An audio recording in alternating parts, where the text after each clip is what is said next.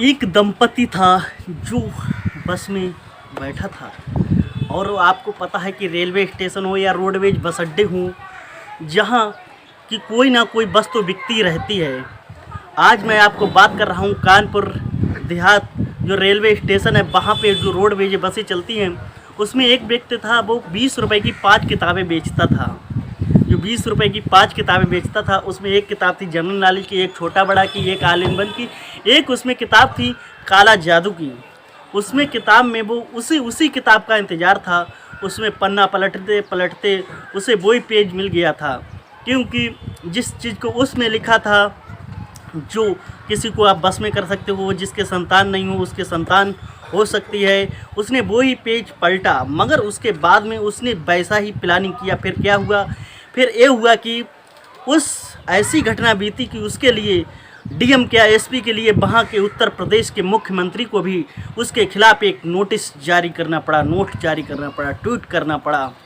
आइए और जानते हैं पूरा मामला कहाँ के है। ये उत्तर प्रदेश में एक ज़िला है कानपुर। कानपुर जो देहात है वहीं का ये मामला है। कोतवाली में एक व्यक्ति होता है दंपति, क्योंकि 14 नवंबर 2020 की ये घटना है। ये घटना किसको नहीं मालूम है? जो इस घटना को सुनता है उसका दिल दहल जाता है, क्योंकि जो उसने एक प्लानिंग की थी। जो 14 नवंबर को बच्चे खेलते हैं, छोटे छोटे बच्चे खेलते हैं, और उसमें एक लड़की होती है, वो चोर सिपाही का खेल खेलती है, वो अचानक गायब हो जाती है। उसे एक लड़का होता है जिसका नाम होता है नकुल। वो उसे ले जाकर उसका गला रेत कर उसकी हत्या कर देता है, उसके पार्ट्स निकालता है, गुर्दा और आंत वगैरह। फिर उसको वो अपनी चाची को दे देता था। क्योंकि ये मामला है, आपको बताते हैं, क्योंकि जो दंपति था उसकी शादी 1999 में हुई थी। आज 22 सालें होने को जा रही, 21 सालें होने के बाद भी उसके एक भी संतान नहीं थी। क्या उसने मंदिर, पीर, मुल्ला, मौलवी कहाँ नहीं गया होगा? क्योंकि हर जगह गया, मगर उसे कोई चीज़ हासिल नहीं हुई वहाँ से।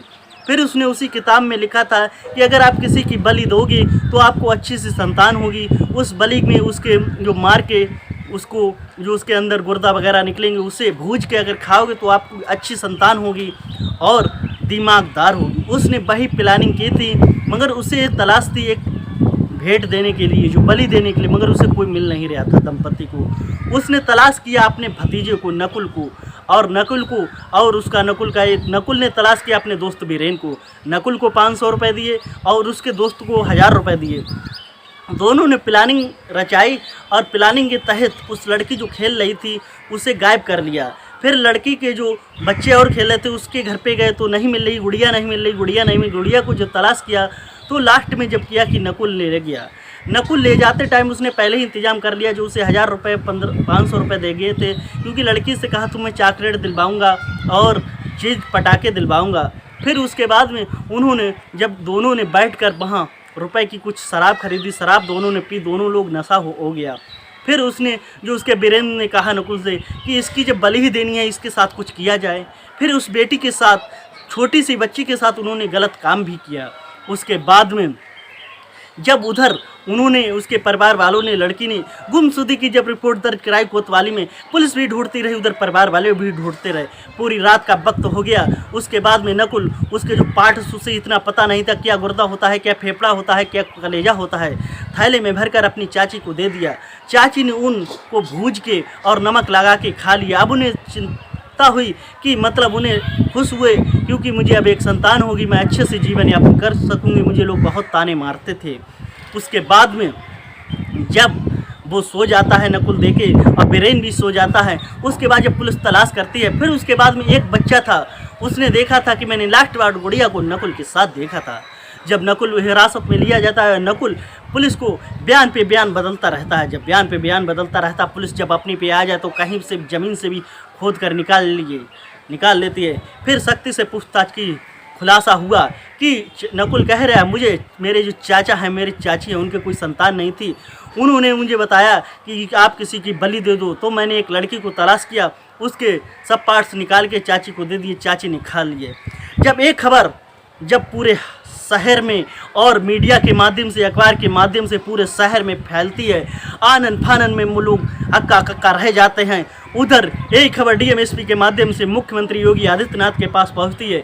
योगी आदित्यनाथ ट्वीट करते हैं और नोट लिखते हैं स्वयं, और इस पे सख्ती से कार्रवाई करने की अनुशासन देते हैं। उधर लोग धरना प्रदर्शन क्या क्या करते हैं, चारों तरफ आक्रोश का माहौल हो जाता है।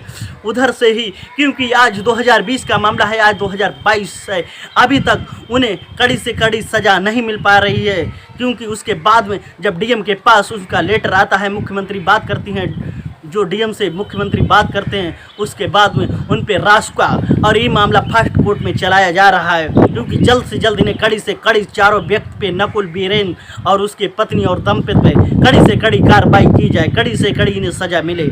और अगर ये जादू टोने तंत्र विद्या अगर ओझा पे अगर विश्वास होता, कोई भी सबसे पहले ये अपना विश्वास करते अपने आप को।